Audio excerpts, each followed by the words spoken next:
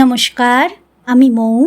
আজ আমি আপনাদের যে গল্পটি পাঠ করে শোনাবো সেটি সুচিত্রা ভট্টাচার্যের লেখা একটি খুব মজার মন ভালো করা গল্প, বিপিন বিহারীর বিপদ। আশা করি গল্পটি আপনাদের ভালো লাগবে। আর যদি আমার গল্প পাঠ আপনাদের একটুও ভালো লেগে থাকে তাহলে অবশ্যই আমার গল্প পাঠের সঙ্গে থাকবেন। ধন্যবাদ। শুরু করছি আমার আজকের গল্প পাঠ, সুচিত্রা ভট্টাচার্যের লেখা একটি খুব মজার ছোট গল্প, বিপিন বিহারীর বিপদ। ছুটির সকাল, বাজার থেকে ফিরে সবে খবরের কাগজটি খুলে বসেছি।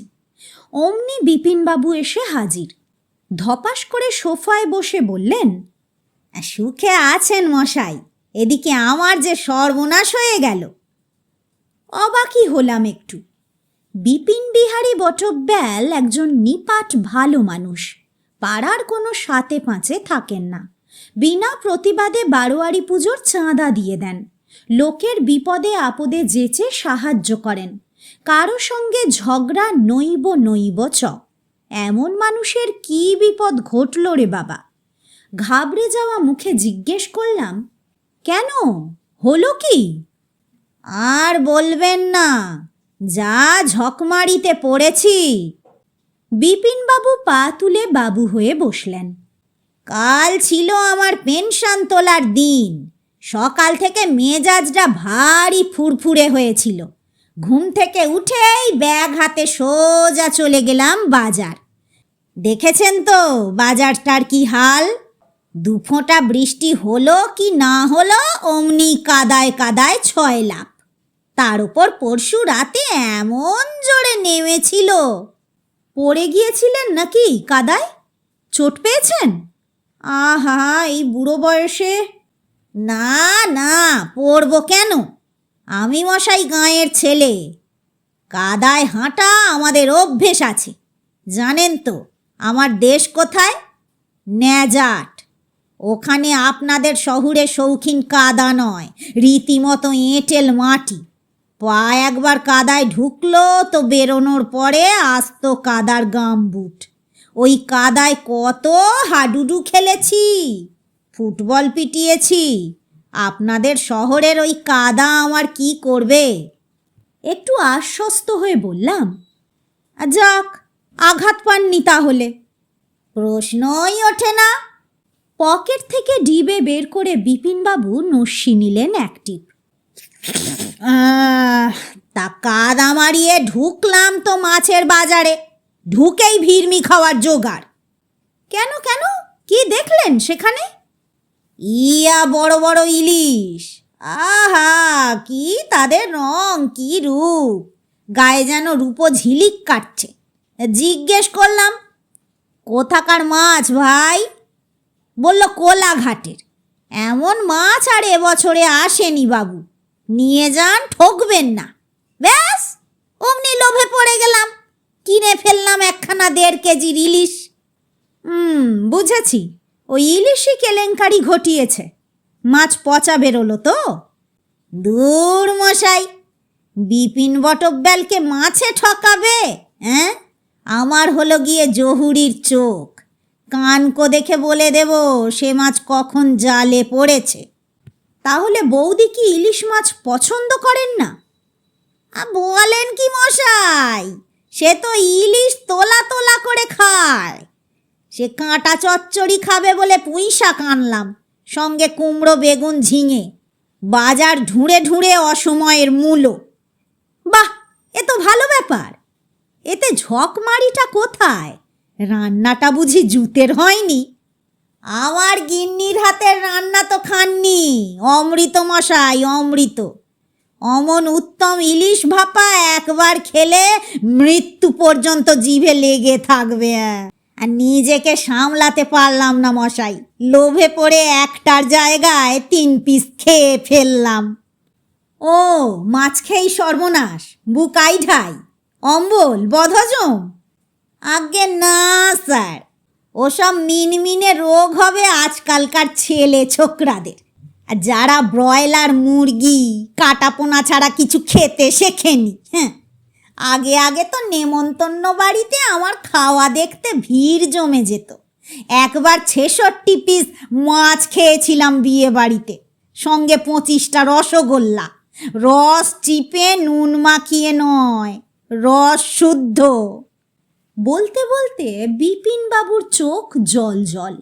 শরীরের জোশ এখনো যায়নি মশাই, এখনো লোহা চিবিয়ে হজম করতে পারি। আমার ধন্দ লেগে যাচ্ছিল, এমন মহান শক্তিসম্পন্ন লোকের বিপদ এলো কোত্থেকে? মুখ ফসকে বেরিয়ে গেল, তাহলে সর্বনাশটা কি? আর সেটা বলতেই তো আশা। বিপিনবাবু নড়ে বসলেন।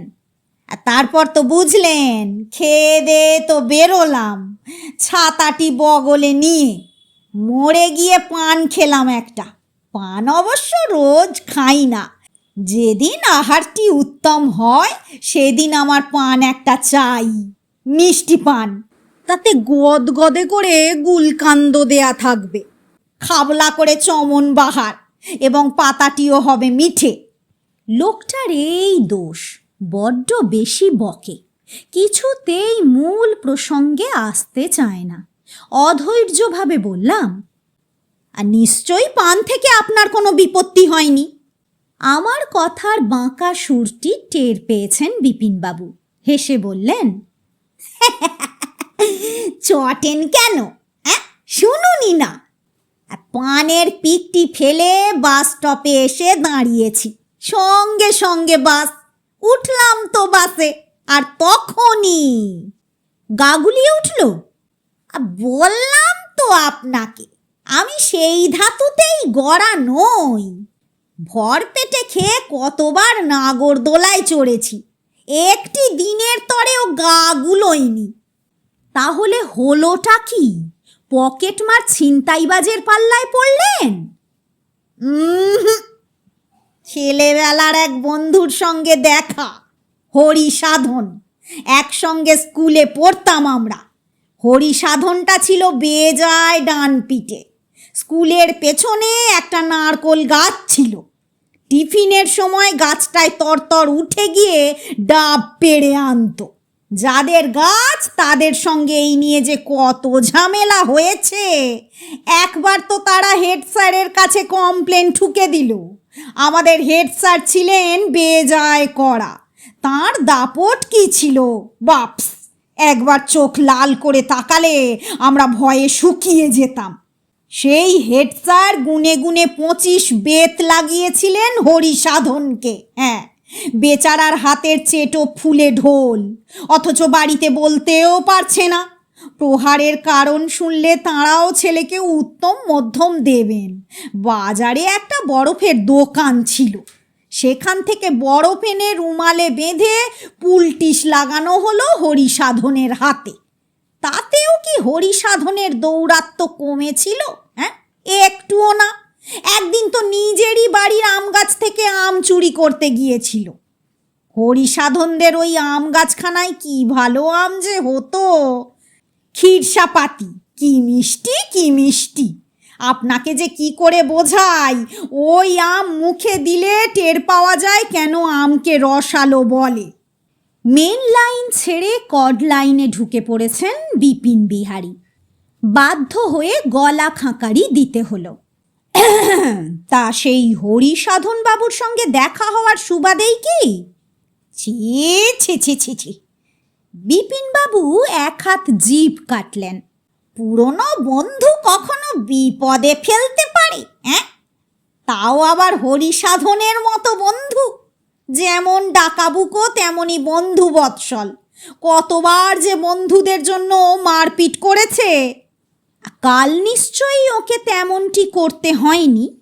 অতি কষ্টে থামালাম বিপিন বিহারীকে। না না, মারামারি করার বয়স আর আমাদের কোথায়। বিপিনবাবু লজ্জা পেলেন। তবে হরিসাধন এখনো দিব্যি তাগড়াই আছে।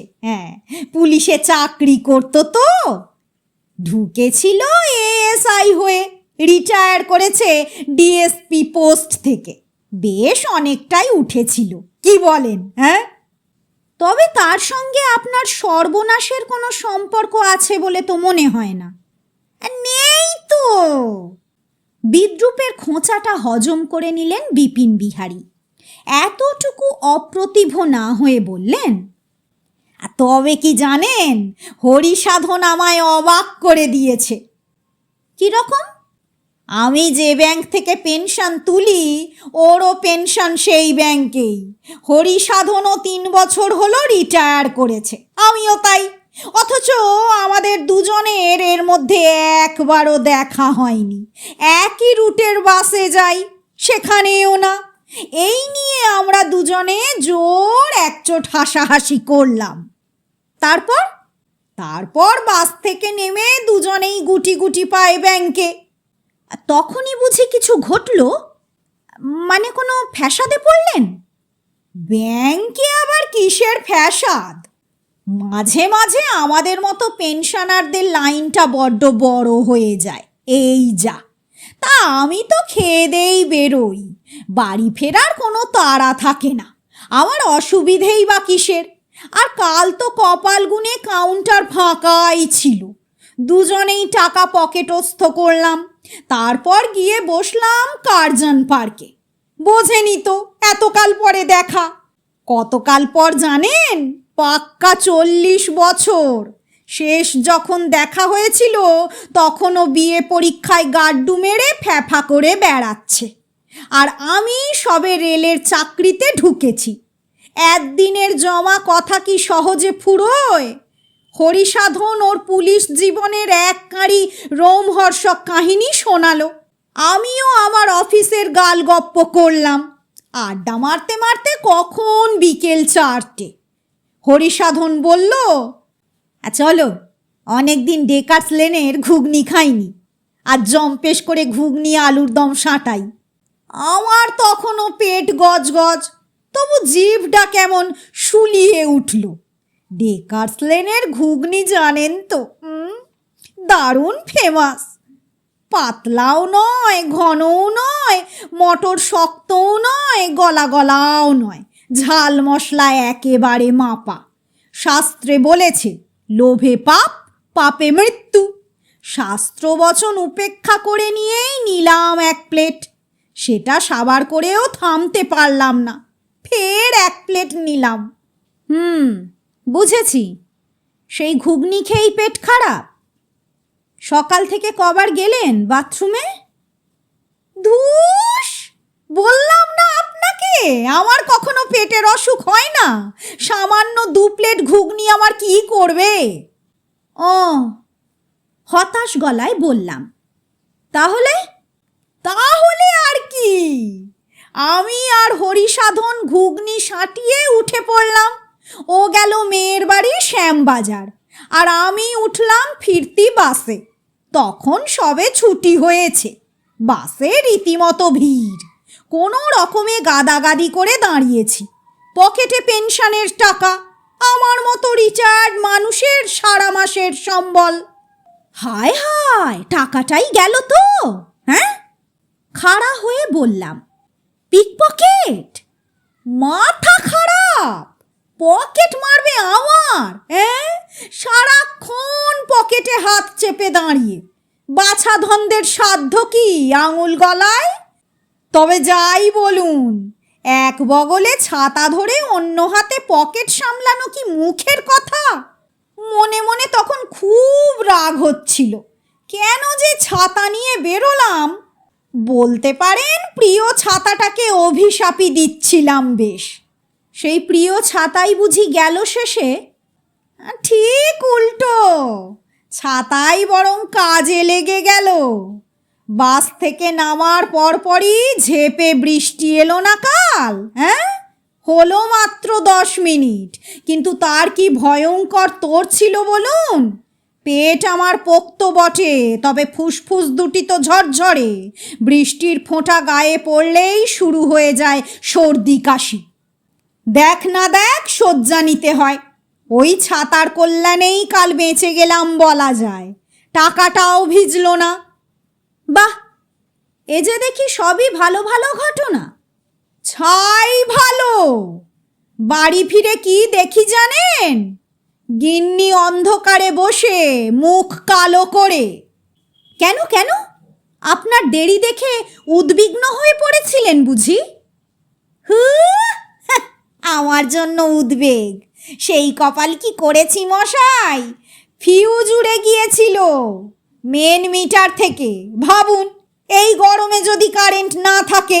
ইলেকট্রিক মিস্ত্রিদের তো জানেন, ভগবানকে পাওয়া সহজ, কিন্তু তাদের দর্শন মেলা ভার। ও, তার মানে সারা রাত কাল ঘুমোতে পারেননি, সেদ্ধ হয়েছেন গরমে? তাই হতাম যদি নিজে ইলেকট্রিকের কাজ না জানতাম। ওই সব টুকটাক কাজের জন্য আমি মেকানিকের অপেক্ষা করি না মশাই।